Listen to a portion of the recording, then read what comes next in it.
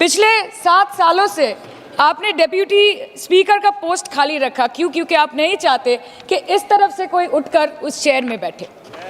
So there is no scope for a healthy discussion और a debate. एक साल में कितनी बार ये संसद मिलती है? The number of sittings have been reduced drastically. 2009 से 2014 के बीच 15th लोकसभा में 356 दिन ये हाउस चली, सालाना 61 दिन, और 2019 से 2024 के बीच 5 साल में सिर्फ 274 दिन, average 55 days yearly, making it the shortest full term Lok Sabha since 1952। 2025 के मॉनसून सत्र में निर्धारित 120 घंटों में सिर्फ 37 घंटे लोकसभा और सिर्फ 41 घंटे राज्यसभा की कार्रवाई चली। 2025 में टीएमसी के राज्यसभा के माननीय सांसद श्री डेरेक ओब्रायन जी ने प्राइवेट मेंबर्स बिल के माध्यम से ये प्रपोज किया कि एटलीस्ट सालाना 100 दिन ये सदन बैठे। सर, ये सिर्फ विपक्ष का, हमारा प्रेरोगेटिव नहीं हो सकता, ये ट्रेजरी बेंच का भी प्रेरोगेटिव होना चाहिए और इस माननीय चेयर का भी प्रेरोगेटिव होना चाहिए। सर, पार्लियामेंट चलाने में हर मिनट 2.5 लाख रुपए खर्च होते हैं, हर मिनट 2.5 लाख रुपए खर्च होते हैं। 2014 से लेकर 2024 के शीतकालीन सत्र तक कुल मिला के 2200 मिनट, 92 दिन और 3,300 करोड़ रुपए का लॉस हुआ। क्यों? क्योंकि आप नहीं चाहते थे कि महत्वपूर्ण विषयों पर चर्चा हो।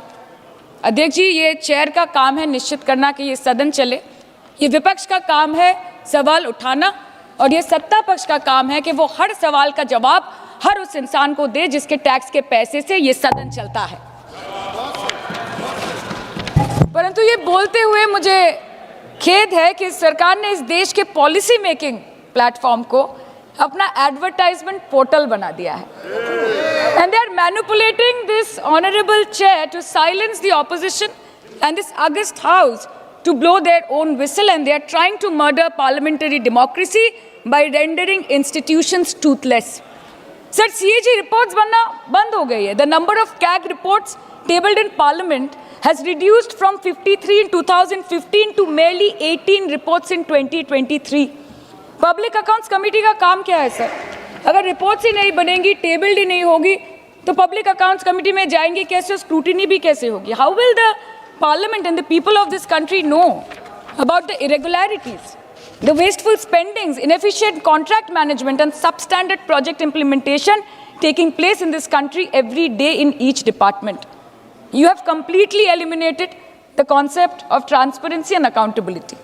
The BJP government merged the 92-year-old independent railway budget with the union budget 2017.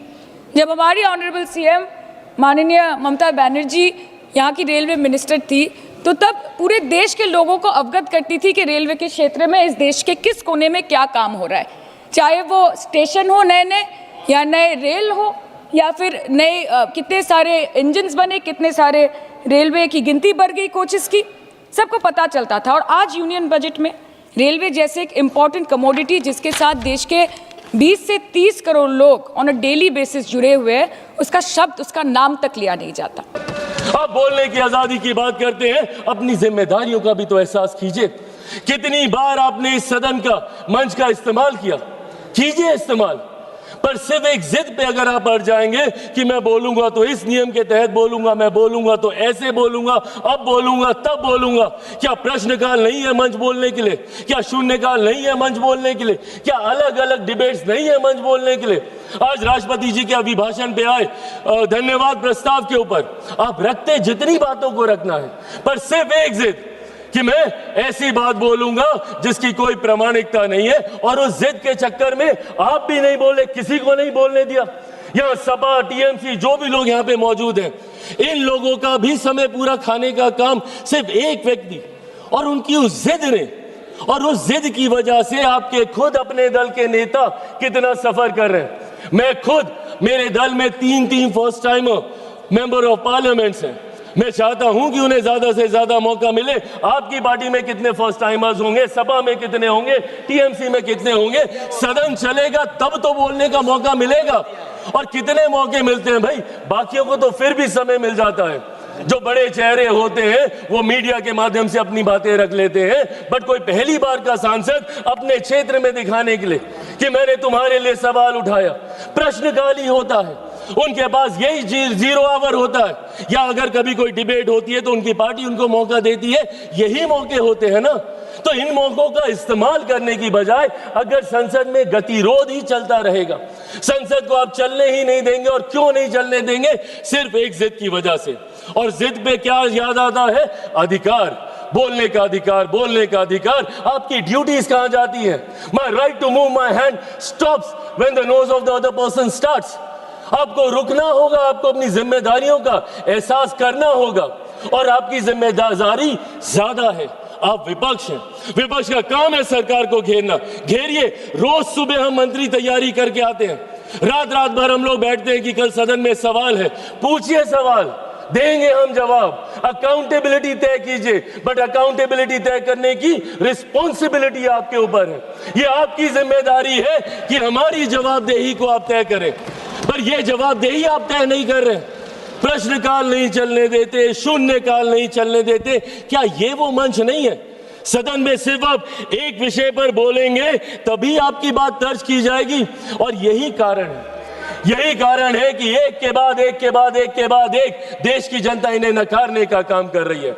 मैं बिहारी हूं, बिहार की धरती से आता हूं। जयप्रकाश नारायण जी ने बिहार की धरती पर ही वहां के गांधी मैदान में संपूर्ण क्रांति का आह्वान किया था, और वो संपूर्ण क्रांति का आह्वान कांग्रेस की सत्ता को ही उखाड़ फेंकने के लिए किया था। उन्होंने कहा था, सिंहासन खाली करो कि जनता आती है। और आज वही काम देश की जनता के समर्थन से मेरे प्रधानमंत्री कांग्रेस मुक्त भारत करने का कर रहे हैं। क्यों? क्योंकि आपका आचरण ऐसा है। इस तरीके के आचरण को कतई नहीं स्वीकारा जा सकता। सदन में इस तरीके से आना, टेबल पर चढ़ जाना। मैं खुद सनातनी हूं, मैं मानता हूं अगर ये लोकतंत्र का मंदिर है तो यहाँ पे रखे कागज, टेबल, कुर्सी मां सरस्वती का रूप है। किस तरीके से आप कागज फाड़ते हैं? एसजी साहब के टेबल पे आप खड़े हो जाते हैं, चेयर तक आप जाने का काम करते हैं। इस तरीके का आचरण, और कैसे हम इसको न्यू नॉर्मल मान लें? क्योंकि ये आचरण निरंतरता में होता गया तो परंपरा बन जाएगी, और परंपराएं उदाहरण बन जाएंगी। और कल जो हमारी जगह यहाँ पे बैठा होगा वो आज का उदाहरण दे रहा होगा। इसीलिए जरूरी है आज की तारीख में हमें अपने आचरण को सुधारने की। एक के बाद एक, जब मैं विपक्ष की जिम्मेदारियों की बात करता हूं, लोकतंत्र की खूबसूरती है सत्ता पक्ष विपक्ष। जहां सत्ता अपनी बात रखेगी, विपक्ष अपनी बात रखेगा। क्या है इनका ऑल्टरनेट विजन? एक विजन बता दें मुझे। अगर सरकार ये गलत कर रही है तो ये चीजें हैं, आप इसको सही कीजिए। ऑल्टरनेट विजन आप देंगे नहीं, सिर्फ आरोप लगाएंगे और लोगों को भ्रमित करने का काम करेंगे। आज तक इन लोगों ने लोगों को सिर्फ विपक्ष ने डरा कर अपनी तरफ करने का काम किया। एक के बाद एक ऐसे मुद्दे उठाते हैं और उसको लेकर भ्रम फैलाने का काम करते हैं। कभी सीए का मुद्दा उठाते हैं, हम लोग सदन में कह के थक गए भैया कि सीए का कानून एक ऐसे नागरिकता देने वाला कानून है जहां पे वहां दूसरे अल्पसंख्यक लोगों को नागरिकता देने का कानून है, जहां पे बहुसंख्यक ही मुसलमान है। अब मुसलमानों के बीच में जाके भ्रम फैलाना, नागरिकता छीन ली जाएगी, नागरिकता छीन ली जाएगी। किसकी नागरिकता छीन ली गई? पूरी लोकसभा का चुनाव ये लड़ते रहे कि अगर वापस से मोदी जी तीसरी बार आ गए तो संविधान की हत्या हो जाएगी, लोकतंत्र समाप्त हो जाएगा, आरक्षण समाप्त कर दिया जाएगा। किसका आरक्षण छीन लिया गया? कहां का लोकतंत्र समाप्त हो गया? कौन से संविधान की हत्या कर दी गई? एक के बाद झूठ बोलना और इस तरीके से लोगों को भ्रमित करना। और अब नया हथियार इनको मिला एसआईआर को लेकर। एसआईआर को लेकर सदन नहीं चलने देंगे, उसको लेकर हंगामा करेंगे। अरे प्रभु, एसआईआर पहली बार थोड़ी हुआ, आपके समय पे भी हुआ था।